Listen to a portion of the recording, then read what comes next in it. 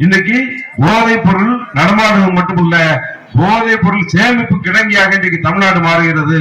தீவிரவாத திமுக வந்தாலே இன்னைக்கு தீவிரவாதம் வரும், சட்டம் ஒழுங்கு கெட்டு போகும், அடுத்த தலைமுறையே கெட்டு போகுது.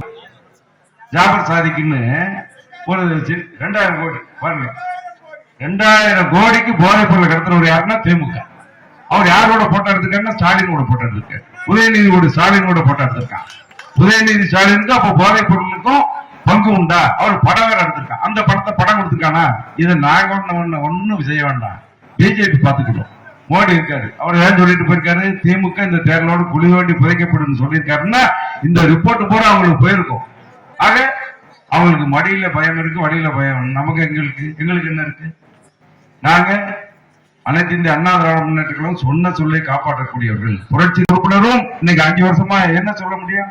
நீங்க என்ன செஞ்சீங்கன்னு கேளுங்க, ஒரு சாதனை சொல்ல முடியாது. மேடையில் வந்து ஒரே மேடையில் நான் கூட பேச தயாரா இருக்கேன். 5 வருஷமா நாடாளுமன்ற உறுப்பினர் செய்த சாதனைகள் என்னன்னு சொன்னா பட்டியல் போட்டு சொல்லுங்க பார்ப்போம். மது விலக்கு, உடனே எங்க அண்ணன் ஒரு கையெழுத்துல மதுக்கடை எல்லாம் மூட்டிடுவாங்க, தாய்மார்கள் எல்லாம் உதவி ஆகிறாங்க, காரணம் மதுக்கடை தான் சொல்லி இன்னைக்கு இப்ப இருக்கிற ஆட்சிக்கு வந்த பிறகு என்னாச்சு, மது விலையை உயர்த்தினதான் மிச்சம். கடைகளையும் கூட்டியாச்சு, மது விலையும் கூட்டியாச்சு. கலைஞருக்கு வேணா இனி 80 கோடி வைக்க போறாங்க. இன்னைக்கு 70 கோடி ரூபாய் கலைஞருக்கு நினைவு அரங்கம், 260 கோடி ரூபாயில மதுரையில கலைஞர் பேர்ல ஏன் நூலகத்துக்கு கலைஞர் பேருக்கு என்ன இருக்கு? அவன் என்ன வச்சாலும் இன்னைக்கு கருணாநிதி இந்த ஆட்சி வந்ததெல்லாம் என்ன செஞ்சிருக்காங்கன்னா கருணாநிதி பேர் வைக்காங்க, நாட்டில் உள்ள அத்தனை ஊருக்கும் பேர் வச்சிருக்காங்க. நம்ம அசந்தா நம்ம வீட்டிலேயே கருணாநிதி இல்லைன்னு எழுதிட்டு போடுவாங்க.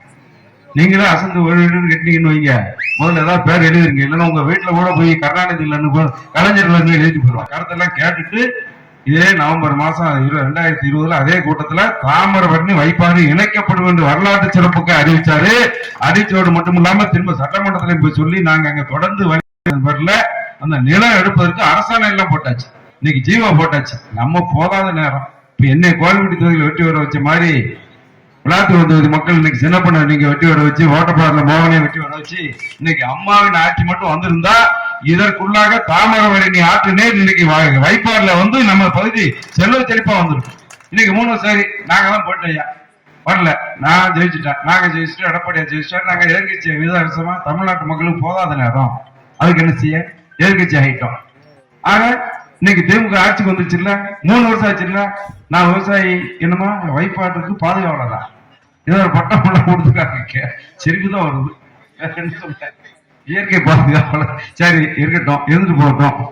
பட்டம் தான் எது வேணா, டாக்டர் பட்டம் எல்லாம் வாங்குறவங்களுக்கு எது வேணா, சாதாரண வாங்கலாம்.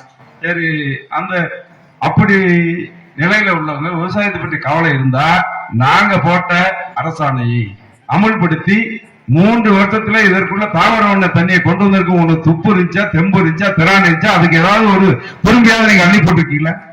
இல்ல. இதை கேளுங்க.